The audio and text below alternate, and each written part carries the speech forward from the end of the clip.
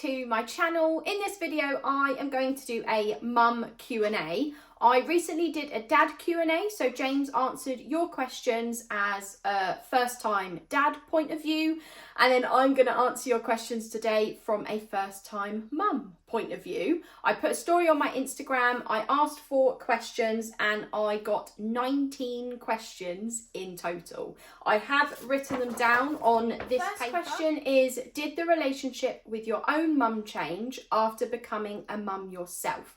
The answer to that question is yes, the relationship did change, and I would say that me and my mum are much, much closer now. I have always been like a daddy's girl. I've always been more close with my dad than my mum, but I think that is also to do with growing up. So my mum and dad actually separated on my first birthday, literally at my birthday party, and then they were fighting for custody in court and my dad won full-time custody. My mum only saw me every other Saturday. My dad raised me as a single dad until I was 4. I actually didn't have a birthday, Christmas or holiday with my mum until I was 18 plus. So until I was an adult basically, and I was able to decide to do that by myself. I hate the fact that I didn't get that. I hate the fact that my mum didn't get those opportunities. And now that I have my own baby girl, my daughter, I couldn't imagine me and James separating and then not co-parenting, like actually going to court, fighting for custody, having the court say when we can and can't see each other and how long for. And I just couldn't imagine doing that, not only to him, but also to her. So if, touch wood, it doesn't happen, but if we were to ever separate, we would definitely be co-parenting, and that is something that we have spoken about. Not that we want it to happen, but I feel like it's a conversation that needed to happen. So I would definitely say that me and my mum have got much, much closer. I am her only child, so I was the only one that could give her a grandchild. She has been looking forward to this since forever. So I would say from as soon as I was pregnant, that was when the relationship change. The second question is, did your financial priorities change after having a baby? The answer to that question is yes. For anybody that doesn't know, I am in debt. It was a personal loan through my bank, and I borrowed money back in 2019, and I borrowed like £6,500 to have surgery, even though the surgery was actually only like £5,000, but I borrowed more just because I wanted more. And then because it was so easy to get money, I just kept borrowing and borrowing all the way until I got to £17,000, and then I was rejected. So I was in £17,000 debt, and I have been since 2019, so 6 years. I will be debt free this year in November. I was paying somewhere between £400 to £500 a month. And then February last year, so 2024, I increased it to £800 a month. And then I recently, I'd say only like a few months ago or something, increased it to £900 a month. So I now pay £900 every month as repayments, and I will be debt free this year in November. My priorities have changed in the sense that I want my debt to be paid off quicker. So for my 30th birthday this month, I have asked everybody for money instead of physical presents or doing something, because I'm going to use that money to pay the debt off quicker.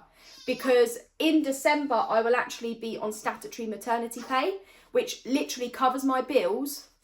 And that's it. I will have absolutely nothing for myself, nothing for Christmas presents for anybody. So I want to pay the debt off quicker so that I can have money for Christmas this year. The third question is, how are you feeling? Recently, I have been very stressed, very moody, and I would say I'm like explosive. I get like explosive angry outbursts. The fourth question is, how are you finding being a mum? What's your favourite thing about being a mum? What's your least favourite thing about being a mum? So to answer the first part, which is how are you finding being a mum, I would say I'm just having up and down days. I have days like today where I'm happy, I'm positive, things are going well. Freya is sleeping how she should. She's sleeping right now. If you hear any weird noises in this video, it's her. She just makes some odd noises sometimes. But then I have down days where things are not going how they're supposed to go. She's awake more than she is asleep.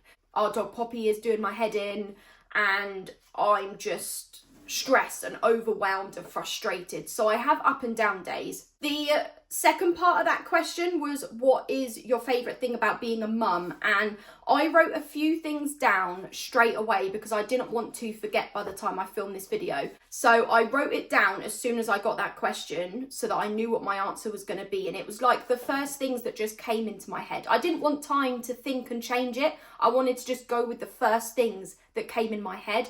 And obviously these will change as she gets older and, you know, I can do more with her. So for now, I've put choosing her clothes. A couple days ago, we went strawberry picking with my mum friend, and I dressed her in this red dress with strawberries on it. It is so adorable. And then I also took this dress with me so that my mum friend could dress her baby girl in this one. So both of our baby girls were wearing strawberry dresses. So cute.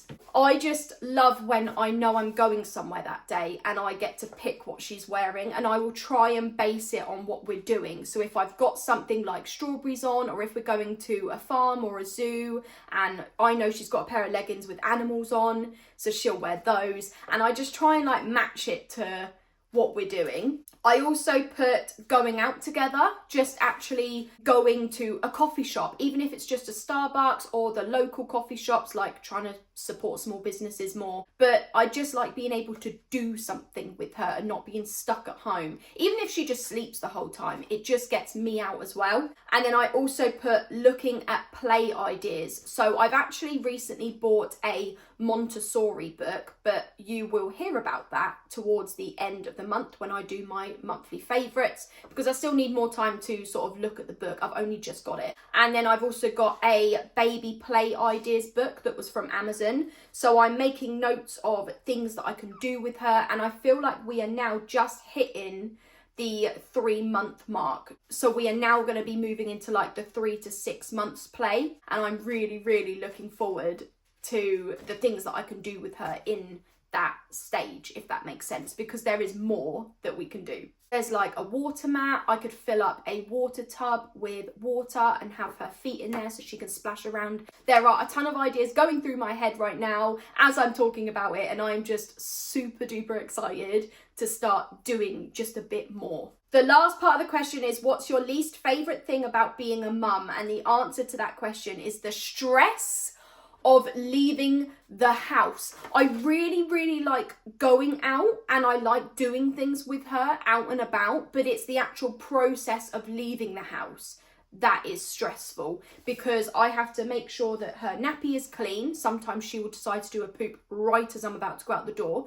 so I have to make sure her nappy is clean, make sure her clothes are clean and she hasn't been sick on them, because sometimes she also likes to do that just as we're about to leave. I will make sure that I've got everything in her backpack. I will make sure that Poppy has gone out into the garden for a wee. I have to put the radio on for her and shut her into the living room, but she doesn't like doing that. So then I have to bribe her with cocktail sausages because she likes little cocktail sausages. And then I have to put the bag in the car, get Freya in the car, and then make sure I've locked the door. And there's just so much involved when it comes to leaving the house. That's my least favourite thing. The fifth question is motherhood everything you expected it to be? Has anything not met up? The first part of the question, is motherhood everything you expected it to be? Yes, it is. I feel like you're all going to be watching this expecting me to say like, oh my goodness, it's the best thing that's ever happened to me. I love her so much. I couldn't imagine life without her. But I'm not getting that feeling. Obviously, I love her. We spent 4 years trying to conceive. Then we had to go through IVF. I wouldn't have done those things if I didn't even want her. I feel like you should know that I love her so much based on what we went through to get her. I think my actions should speak louder than my words. I do love her so much, but I don't really know how to answer that question. So like enthusiastically, it's like, is it how I expected it to be? Yes, it is. And then the next part of this question, has anything not met up? Yes. And this is going to get quite real and deep right now. I didn't think that my problems were going to be such a problem. I didn't realise the problems in my head were going to be such a problem. I am so emotional and so explosive. My anger outbursts, which poor James gets the brunt of it, like I take it out on him, not physically, oh my goodness, not physically. I'm more like a verbal person. But what is crazy is when I'm with people, like socially, I am the complete opposite. If somebody says something or does something that bothers me, I won't even tell them out of fear of rejection, out of fear that they won't like me anymore. I am such a people pleaser. But when I'm at home, I feel like I can be more myself. I can express those big feelings that I have, and I can express my emotions when I'm frustrated and overwhelmed and overstimulated. And I can just explode when I'm at home because that's where I'm safe. I am really, really good at masking and really, really good at covering anything up with humour. So anything like deep and dark, maybe about my childhood that I'm talking about, I will make it playful and funny, and I'll make a joke of it, I'll make it humorous, because that's just how I deal with it. All of my problems have been caused by my childhood trauma. There is a video on my childhood, you can scroll through all my videos, you'll know exactly the one when you see it and you read the title. I think another issue is that I'm not actually diagnosed. So I am diagnosed with OCD, and that is the cause of my emotional, explosive outbursts at home. That is the cause of my angry outbursts at home. My OCD and motherhood are not going hand in hand right now. OCD and motherhood is not going to plan.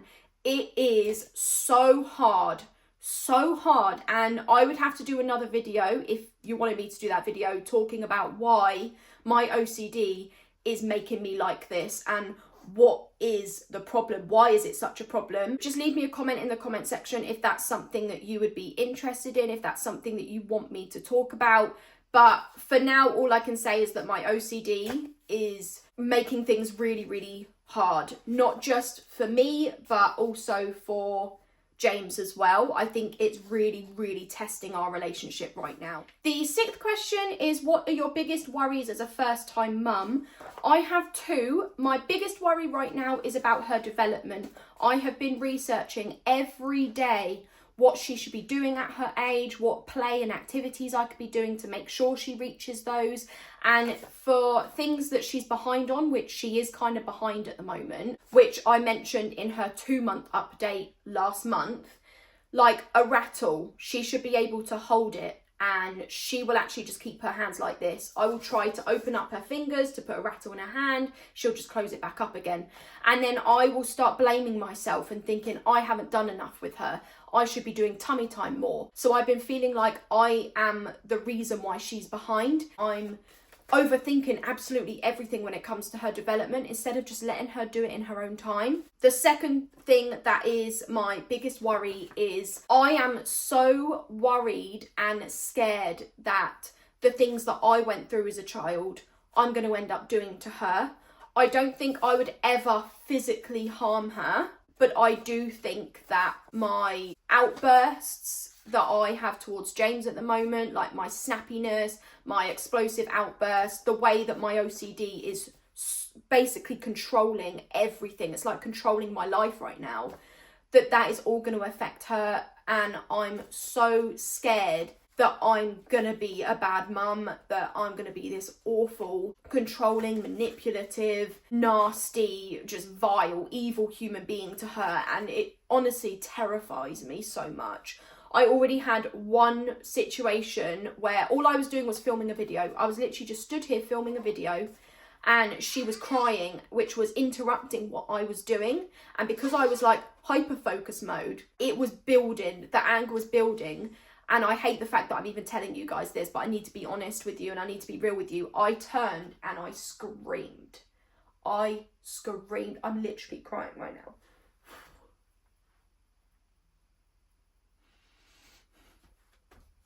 And then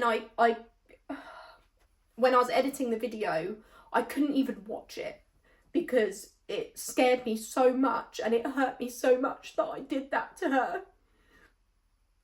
Not that she was even aware, like she wasn't even aware that I did it. She didn't cry. It was like she was oblivious, but I just couldn't believe that I did that. And I kept the clip because I wanted to show James, but then I was so embarrassed and ashamed of myself, I couldn't bear to even show him that I did that to our daughter, that I just screamed. So I just deleted the clip, and I kept telling myself, like, I was going to tell you all, and then I was like, no, I'm not going to tell you all because someone will report me to social services or something. And then I was like, no, I need to be honest, I need to be real, and I need to be raw. Like, I am really, really struggling with just my own issues, and then also the fear of what I could potentially be like as a mum because of my own childhood. I actually saw there's some kind of like statistic of, I don't even know what it is, I don't remember what it is, but there's like a statistic that says the percentage of people that were abused as children go on to be abusers as adults. And that terrified me. That frightened me so much. I cannot tell you, so much. That is also my biggest worry as a first-time mum. So her development and my childhood being like shaping the way that I'm going to be as a mum. The 7th question is, what have you found the most challenging about being a first-time mum? And the answer to that question is my OCD. But I feel like I have already gone into it in as much detail as I could without having to do another video because it would be too long. I think I've stressed enough how much of a problem it is that I don't need to go into that anymore. But that is the most challenging about being a first-time mum for me. The 8th question is, what has been the most unexpected thing you've come across since being a mum? Okay, hear me out, because this might seem like a really ridiculous answer, but people talking to me about her.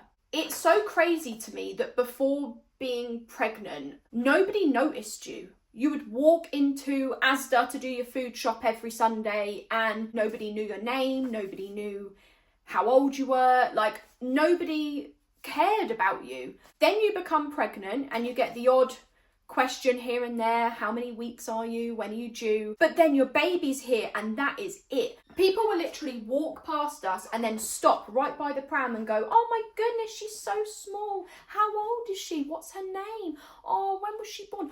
You look amazing. And I'm like, I don't understand what's going on right now. It's just crazy to me that you have a baby and then people notice you. People want to talk to you. Even children. We've literally had children walk over to her and be like trying to do peekaboo, wanting to hold her hand. The 9th question is, do you find that you sleep better now or during pregnancy? I actually sleep better now because before pregnancy, I would wake up during the night for a wee, like once, maybe 2 maximum. And then when I got pregnant, my bladder went absolutely bonkers. I was waking up like every hour and a half to go for a wee. And then when my waters broke early, that just made things like even worse. And then now that she's born, it was like instant back to normal. The question is, what is your nighttime routine like? We tried to have a nighttime routine. We wanted to wake her up at like 6 o'clock in the evening, but she'd usually be awake around then anyway. We wanted to do a bath, get her ready for bed, so a sleep suit, or right now in the summer, she's just been in a nappy. I put moisturiser on her, so we have the Child's Farm baby moisturiser, and I have a little song that I sing to her when I'm putting her moisturiser on. Sometimes she smiles, sometimes she just like stares intently at my face and kind of like maintains eye contact and just watching me singing to her. And then I would put her in a swaddle, brush her hair, feed her, burp her, and then we'd get her into her cot for the night. But it just doesn't go to plan because every night it can change. Some days she's crying when I'm doing her moisturiser because she's just too hungry at that point, or she's too tired at that point. I think it's just been a bit too soon, but we are going to try and implement one now that she's coming up to 3 months. So kind of like around 3 months to 4 months, that's when we're going to start implementing it. So between now and August, we'll start trying to get one together. And then I'll be in a position where I can actually like share a proper, like honest routine with you. But right now we just don't have one. That is the end of the video. Thank you for watching and I will see you in the next one. Bye!